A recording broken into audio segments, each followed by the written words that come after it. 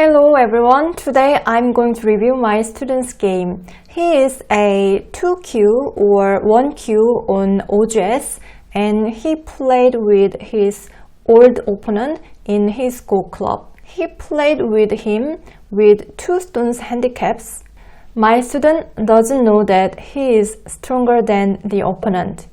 Of course, probably I cannot say like this because my student lost, but we are not professional players, right? So we don't have to focus on the result, we can focus on the content.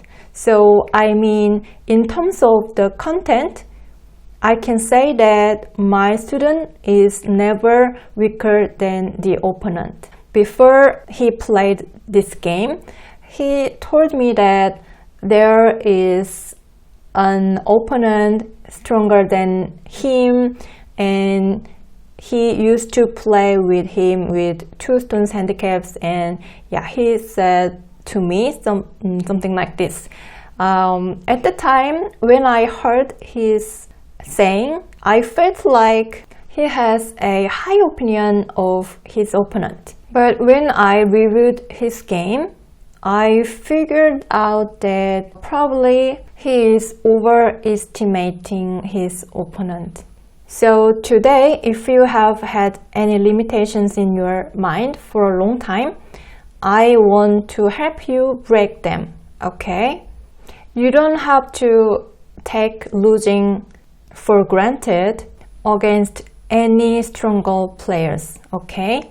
Alright, let's take a look at the game. My student is black and there are 2 students handicaps. Now with 2 students, black is leading almost 20 points. So if your opponent is stronger than you, more than 2 students, then at the beginning, if the difference is 20 points, but it should be reduced to 15 points at 50 moves, for example. And then when it is 100 moves, it should be less than before.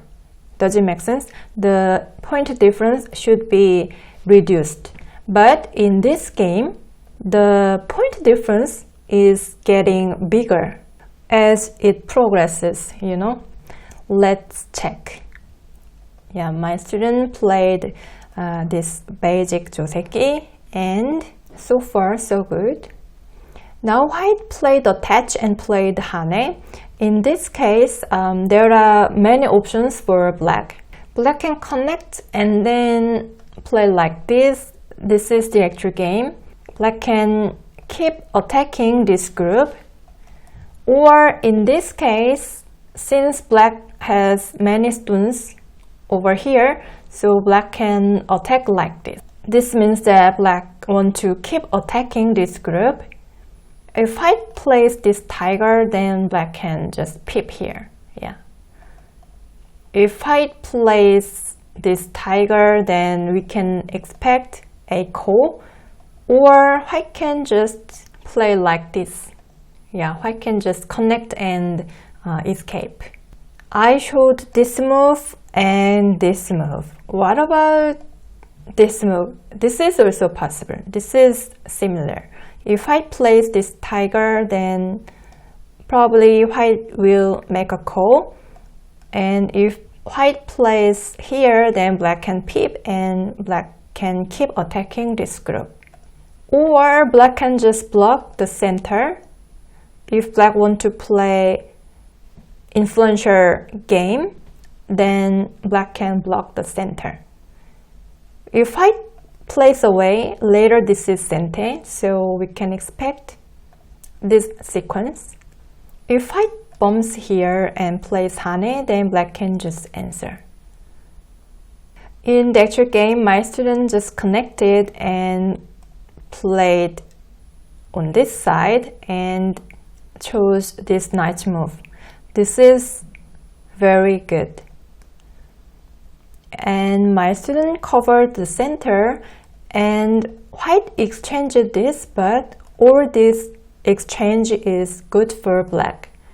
You see, white cannot go out toward the center and Now black's shape, blocking shape is so nice, and white had no choice but to live inside, and my student reinforced outside with this nice move.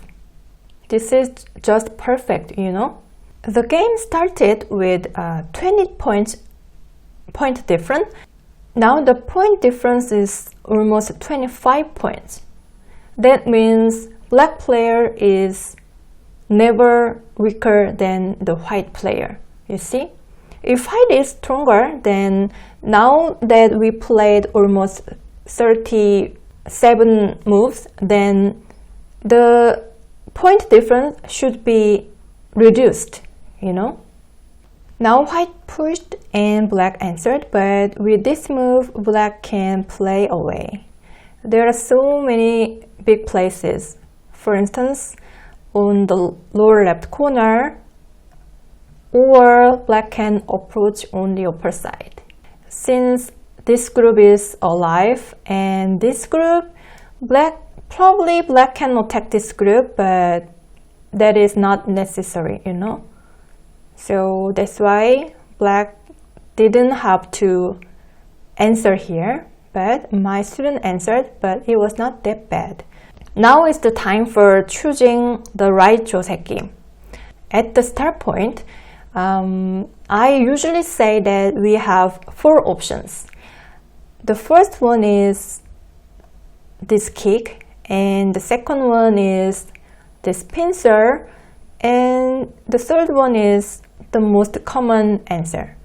And for the last, we have this attach. So in this board position, where would you choose for black? My first intuition is to kick here, because whenever we play this joseki, this is very solid. This is limited. This territory around 15 points, this is forever. So that means the lower side is limited. The lower side doesn't have any potential. So in this case, in this board position, when we have this joseki, the lower side is likely to be the least value. Does it make sense? So that's why black will choose this joseki. If black kicks, then white should answer, right? And then black can take the lower left corner. And then if white extends, then as I said, the lower side is less valuable. So it is okay for black, right? So black is happy because black managed to defend the lower left corner, and black managed to white play on the lower side where the value is not that big, you know.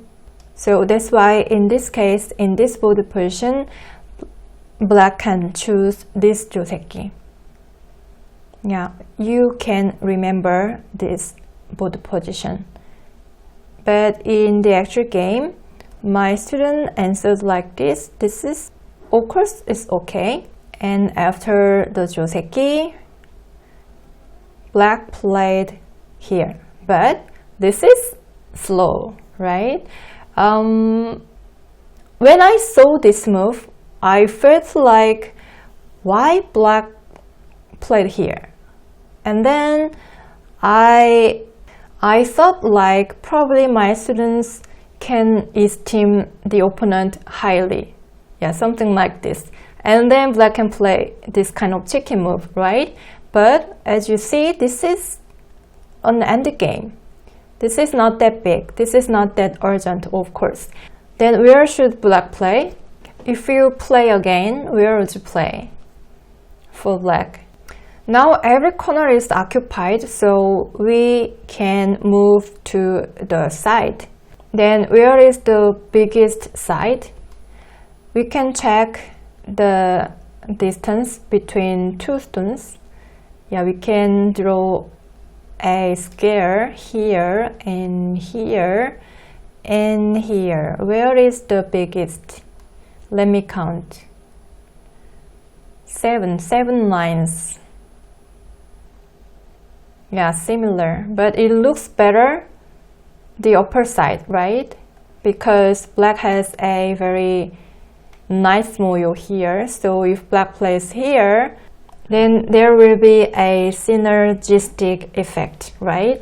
So in this case, for black, playing on the upper side looks very nice. Or here is also good, and here is also possible, but this is the biggest. So yeah, black can play here, but my student played on this side and the opponent played on the upper side. This is correct.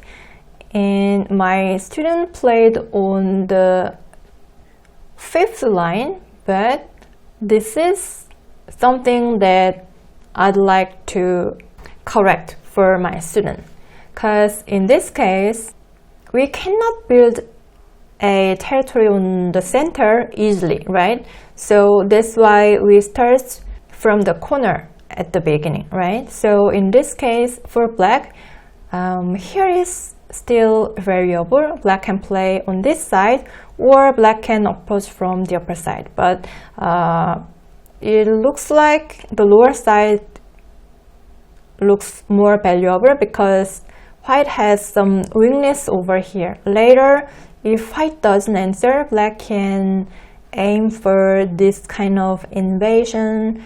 If white blocks, then black can think of this sequence, right? So that's why the lower side looks better than the upper side. So in this case, black can play here or here. But my student, it seems like he likes the center a lot, but I'd like to respect his favor, but we should build some territory, right? So playing on the 3rd line is better in this case. Yeah, black can think about approach from this side or this move or this move. Okay, this is the actual game. Playing on the higher than 5th lines is not that practical. You see, it is hard to build some territory. And my student played here, one space jump, but it looks like it is pointless. Yeah, jumping one space never fails, but in this case, it is too slow, too slack. With this move, of course, black can approach from this side. This is very good, right? Black can build some territory. Otherwise, at least black can attack white's group from now on, right? The opponent played on this side. It is a bit risky. You see, this looks like overplay, and white approaches from this side. But for white, this looks better as well. Luckily, my student got to play here. It was so nice, and then the sequence went like this. In this shape, for black, my student played here, but there is no such a move. At least black can play here. Black can play hane. If white pushes, then black can cut and connect. I think black can fight because there are so many black's friends over here, so white cannot cut and fight. So if white should answer, then black can just connect. Yeah, so actually for white, I don't think this is possible because black can cut from this side. This is not working, so if white should cut from this side, then black can play Atari and then connect. You see, this fight is good for black. Actually, we can see this kind of shape very often. Yeah, there are so many cases in this board position, black attaches here. Then, yeah, we can think about this move. I mean, in this case, for white, this is white's first intuition. So, if this is not working, then in many cases, white think about playing away. Does it make sense? I think for my student, it is important that he can understand about this partial shape. You see, there is no such a move. You see, we don't play like this. We don't even think about this. Okay? We can think about this move first if it is not working. But in this case, in this game, this is possible. So black should have played here. But if this is not working, then we can think about playing away. Because playing away is better than playing this kind of move. Okay? Yeah, that is normal idea in this case. There are so many cases like this. For example, in this case, white can attach here, right? And then for black, this is the first intuition. And if it is not working, then black can think about this kind of move. Yeah, because this hane is helping white. So yeah, we can think about this move and this move, right? We don't play like this. Playing away is better than playing here. Okay, so yeah, this is the basic of this shape. Okay, my student played like this, but still black is ahead. The game started with 20 points difference, but now the point difference is similar. Yeah, it is around 20 points. 20 points, black is ahead. And black connected with this move, but it is so passive. At least black can descend. Yeah, it looks like it is a chicken move as well, but it is okay. After this, white tried to reduce the left side. Yeah, my student played here. It looks like this is his style, but I recommend my student to play rather than this kind of, I don't know how to say it, but it seems like this kind of move. You see, my student played here, here, here. It seems like it is like kicking toward the air. Does it make sense? Yeah, it is not practical. So I recommend my student to play this kind of push, yeah, or attach, yeah, trying to make some impact. Okay, practical move. I recommend my student to play practical move, powerful move. Okay, in this case, black can push or push. Either way, pushing looks better than this. Yeah, of course, sometimes it works, but the reason why I recommend this kind of practical move to my student is it seems like my student likes this kind of move too much, so I want to balance it. Okay, white played like this, but actually this sequence is good for black. You see, this group, white's group, is in danger. Now the sequence is almost 85 moves, but now my student is leading more than 25 points. You see, this means that black player is never weaker than the opponent. You see, after this, white pushed and the sequence went like this. Yeah, black just answered perfectly. With this move, it is a bit disappointing. With this move, black should have played hane on this side, and then black could have played like this. Yeah, actually, white is in trouble. Yeah. These stones are dead. This is the actual game. Yeah, if there is this exchange, this is good for black. That's why I recommended this move first. But now still, this is okay for black. Now black could have blocked here, then this is simple, right? Even white can cut, but if black cuts here, yeah, everything is okay. Black can just save these 2 stones. The game is over. But my student just played here, and now still it is okay. Black is ahead more than 15 points. But the problem was, yeah, so far so good. But my student played here, but it was a bit risky because this would have been much safer. Because white cannot come out and cut because black can just push through.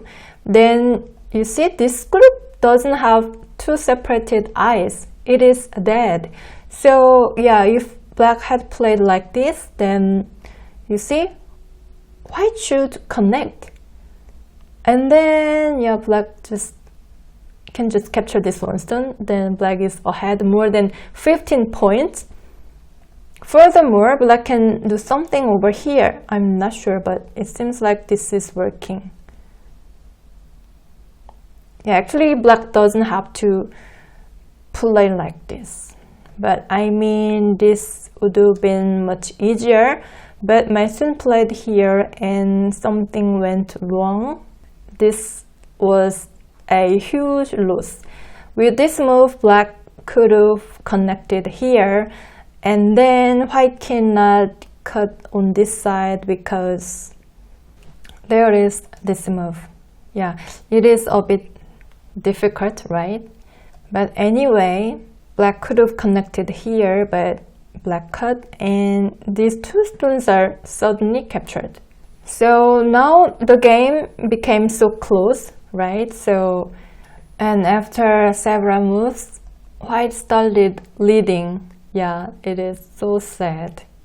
Actually, black could have captured all these stones, but lost these 2 stones and these 2 and these 2. Yeah, there were so many losses. So probably in this area, black lost around 20 points. So that's why the game became so close. So this is 141 moves, but up to 125 moves, my student played better than the opponent. But I wonder if my student knew that he was leading until this moment, you see? And if he knew that he was playing so well and he was better than his opponent, you see? Sometimes we should know that we are doing well, right? And then we can have some confidence, and that helps our performance, right? So I recommend my student for the next time when he plays against this opponent, be confident and try to take winning for granted. Does it make sense? Yeah, we can win, you see? We deserve to win. Okay? Thank you for watching. I'll see you in the next video. Bye!